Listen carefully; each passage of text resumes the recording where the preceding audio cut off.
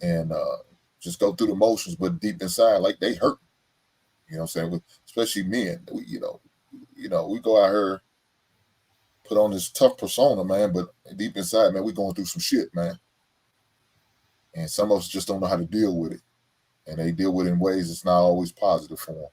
So yeah. My thought is that those of us that have gone through on the other side of things, most of us, I mean, I think you have a choice once you're going through it. You have a choice to learn from it or let it destroy you. And from what I have gathered, just being in this space, trying to understand myself over the last 10 years, one of the things that I tend to see, and I threw this question out to everybody a lot, is the fact that the people who can't move, they tend to get caught up in the actual struggle.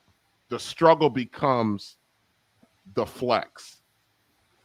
And I guess my question is, why do we think constantly bragging or talking about or starting our stories to a degree, and sometimes ending our stories, all surrounded by the struggle? Is the struggle, are we addicted to the damn struggle?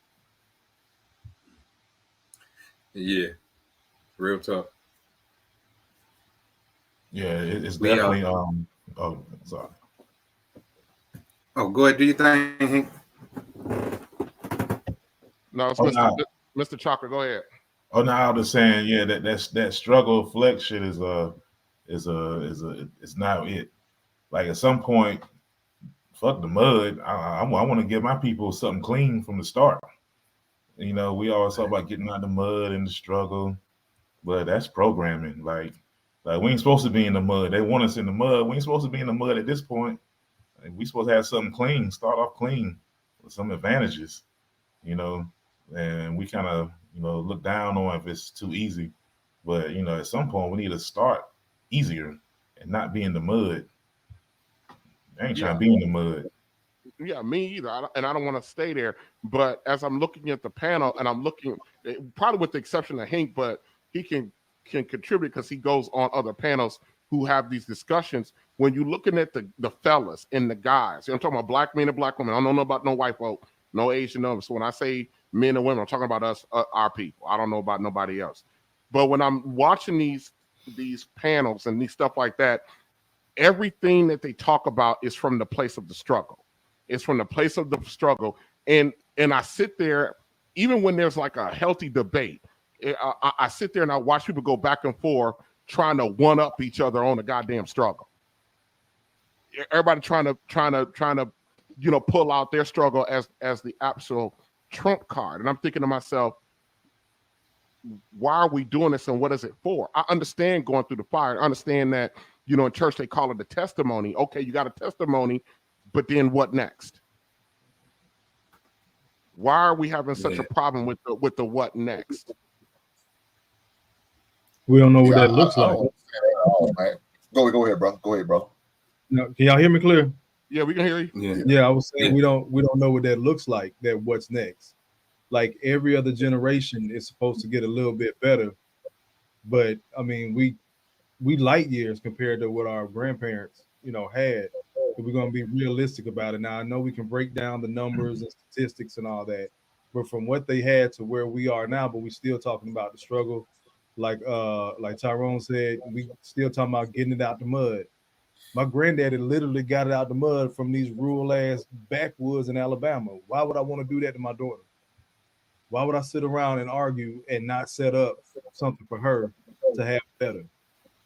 We don't know, and to your point, to your question, we don't know. We stay in that spot because it's familiar. It's normalized. We don't know what that next step actually looks like. And it's a fear factor to play part of it. So in order to get over my fear, I got to let you know how badass I was to even get it out the mud. Now taking my folks to the next level, whether it's me personally or my family or the community at large, I don't know how to do that shit. Because the last two cats that did it, they blew their brains out, Malcolm and Martin. So now we don't even know what that looks like getting over to that next hump. So that's why we keep repeating the same cycle. We keep having these oppression Olympics conversations of who had it worse, and then well, who's going to be the one to take it to that next step? But we don't know what it looks like for real.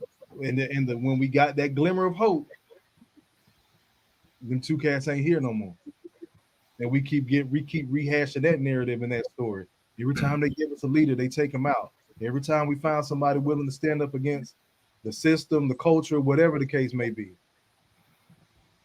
they take him out. We keep repeating the same stories because it's so normalized.